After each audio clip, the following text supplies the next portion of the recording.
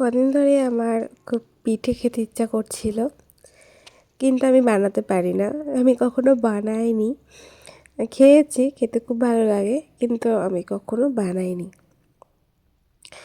তো কদিন ধরেই আমার ভাবছিলাম, যেহেতু ঘরে গুড় আছে, জোলা গুড়, গুড় আছে বলতে গুড় ছিল। আর মানে এখন ওই আছে দেখে এখন একটু আছে হয়ে গেছে। তো মানে ওই ভাবতে ভাবতেই গুড় শেষ। তো মনে হচ্ছিল যে খাবো খাবো।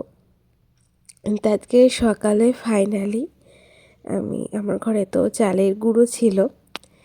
তো সেই চালের গুঁড়ো আমি উষ্ণ জল যেহেতু করে রাখি, মানে গরম জল করেই রেখে দিই আমি বোতলের মধ্যে ভরে। তো খুব গরম না, তো গরম আর মানে উষ্ণর থেকে একটুখানি বেশি। তো সেটা দিয়ে আমি মেখেছি, একটু ভালো করে মেখে নিয়েছি। একটু বেশি গরম জল দিলে হয়তো ভালোটা হতো। তো আমি না প্রথমে বুঝতে পারিনি, যেহেতু প্রথমবার করছি। আর মানে চাটুটাকে ননস্টিক না করে নিলে তো উঠবে না, ওই জন্যে তেল দিয়ে নিয়েছিলাম। আর আমার কাছে ওই অয়েল ব্রাশগুলো নেই, ওই জন্য আমি চামচে করে দিয়েছি। তাই আমি এতে করে আর নড়াতে চড়াতে গিয়ে দেখো কি অবস্থা হলো। মানে প্রথমে বুঝতে পারিনি, তো আমি ঢেকে ঢেকে করেছি। তো এটা আমি অন্যরকম হয়েছে, এটা একটুখানি আমি উল্টিয়ে দিয়েছি। তারপরে ভাবলাম যে না, এইভাবে মানে আমি প্রথমে চালের রুটি করতে চেয়েছিলাম, ঠিক আছে, মানে এই গোলা রুটির মতো রুটি করতে চেয়েছিলাম। তারপরে মনে হলো, এরকম করতে করতে মনে হলো যে না, এইভাবে আমি এই কি বলে চালের যে পিঠে হয় সেটাকে আমি বানাবো। তো এই যে এখন দেখো একটুখানি দিয়ে আর কিছু নাড়িনি চাড়িনি, মানে এইটা আবার রুটির মতন মানে করেছি। এটা রুটির মতন একটু করেছি, একটুখানি পাতলা হয়েছে, ঠিক আছে। তো এই যে আমি ঢেকে দিয়ে আমি করে নিলাম। আমি উপর দিকটা অতটা করবো না, হালকাভাবে একটু করব। এগুলো করতে করতে মনে হলো ওই পিঠে বানাবো। তারপরে আমি যখন আবারও দিয়েছি, তখন এই যে দেখো আমি এটা দিয়েছি, এই লাস্টের দুটো আমি এইভাবে বানিয়েছি। এটা দেখো একটু পেছনটা সেই পিঠে হয়, কি পিঠে বলে ভুলে গেছি, ভাপা পিঠে। তো ওইটা আমি করেছি, দেখো পেছনটা পুড়িয়েছি। আর লাস্টে এটাই শেষ, ওই শেষ দুটো বেশ ভালো হয়েছিল, পেছনটা যেরকম পিঠে হয় তো সেরকমটা হয়েছে। পোড়া পোড়া আমি ভেবেছিলাম একটু পোড়া পোড়া থাকবে, একটু গন্ধটাও সুন্দর লাগে। তো এই দুটো এই সকালবেলাটা আমি ওই কটা তুলে রাখবো। তো ওই কটা তুলে রেখে এই দুটোকে আগে খাবো।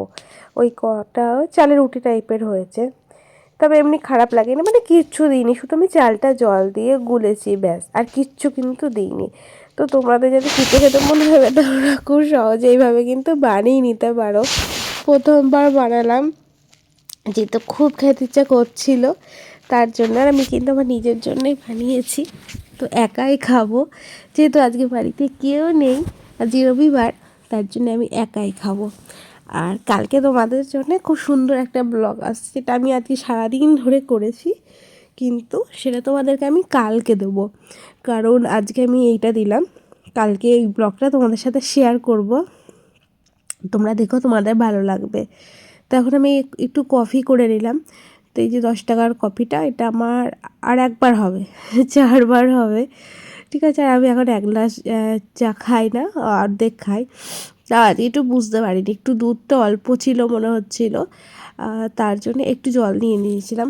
তো এই দেখো গুড়টা এত সুন্দর দেখতে, না একদম মধুর মতন দেখতে, ঝোলা গুড় খুব সুন্দর। দুটো বিস্কুট নিয়ে নিয়েছি, পরে আমি চা দিয়ে খাবো, মানে কফি দিয়ে খাবো। আর খাচ্ছি, উফ যে দারুণ লাগছে। আর না, আমার না ঠান্ডা লেগেছে, কথা বলতে পারছি না, আমার নাক না বন্ধ হয়ে আছে, প্রচণ্ড ঠান্ডা লেগেছে। তার মধ্যে আজকে প্রচুর কাজ করেছি বাড়িতে, তো আরও মানে ডাস্ট অ্যালার্জি হয় না, ওই রকম হয়ে গিয়েছে, মানে আরও হাঁচি পড়ছে, সমানে হাঁচি পড়ছে। আমি আমি মানে নিঃশ্বাস নিতে পারছি না, এরকমটা হচ্ছে। তো সকাল থেকে একটু ভালোই ছিলাম, যখন কাজ করছিলাম তখন ভালোই ছিলাম, তো এখন আরও পারছি না। তো এই সময়টা শীতকালে ঠান্ডা লাগলে খুব কষ্ট। আমি আজকে যেহেতু একলাই আছি, ঋষি যেহেতু নেই, ঋষি ওর দাদুর বাড়িতে আছে, তো আমি একলা এনজয় করে করে খেলাম, মানে খুব ভালো লাগলো আমার খেতে। আমি আবার বানাবো, আবার বলতে কি আমি আজকে রাতেই বানাবো। আর রাতেরটা একটু ভালোভাবে বানাবো, যদি পারি শেয়ার করবো তোমাদের সাথে। আর তোমাদের কার কার পিঠে খেতে ভালো লাগে কমেন্ট করে জানিও।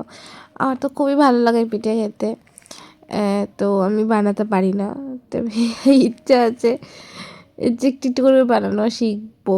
আর পিঠে আসলে বানানো এতটা ঝামেলা না, এতটা ঝামেলা, প্রচুর খাটনি।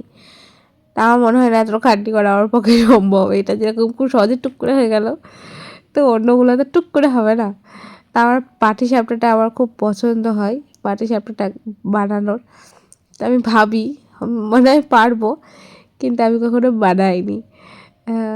তো যখন আমি যখন যখন প্রেগনেন্ট ছিলাম তখন আমার পিঠে খেতে এত ইচ্ছা করতো না, এত ইচ্ছা করতো, আমি বানাতে পারতাম না। আমার তখন পিঠে খাওয়ার খুবই ইচ্ছা হতো, কিন্তু কী করবো, আমি তো বানাতেই পারতাম না। আমার বড় আমাকে সব কিছু এনে দিয়েছে, কিন্তু আমাকে পিঠেটা বানিয়ে খাওয়ায়নি। যেহেতু ও পারে না তার জন্য ও খাওয়াবে, কিন্তু আমি খেয়েছি, খাইনি তা না, কিন্তু ওই যে মাঝে মাঝেই যদি পেতাম এরকমটা ভালো হতো, এই যে প্রতিদিনই যদি একটু পিঠে পিঠে পেতাম, কিন্তু সেটা তো না, হয়তো মাসে একবার। আর তোমাদের ওখানে ঠান্ডা কীরকম কমেন্ট করো, আমাদের এখানে প্রচুর ঠান্ডা।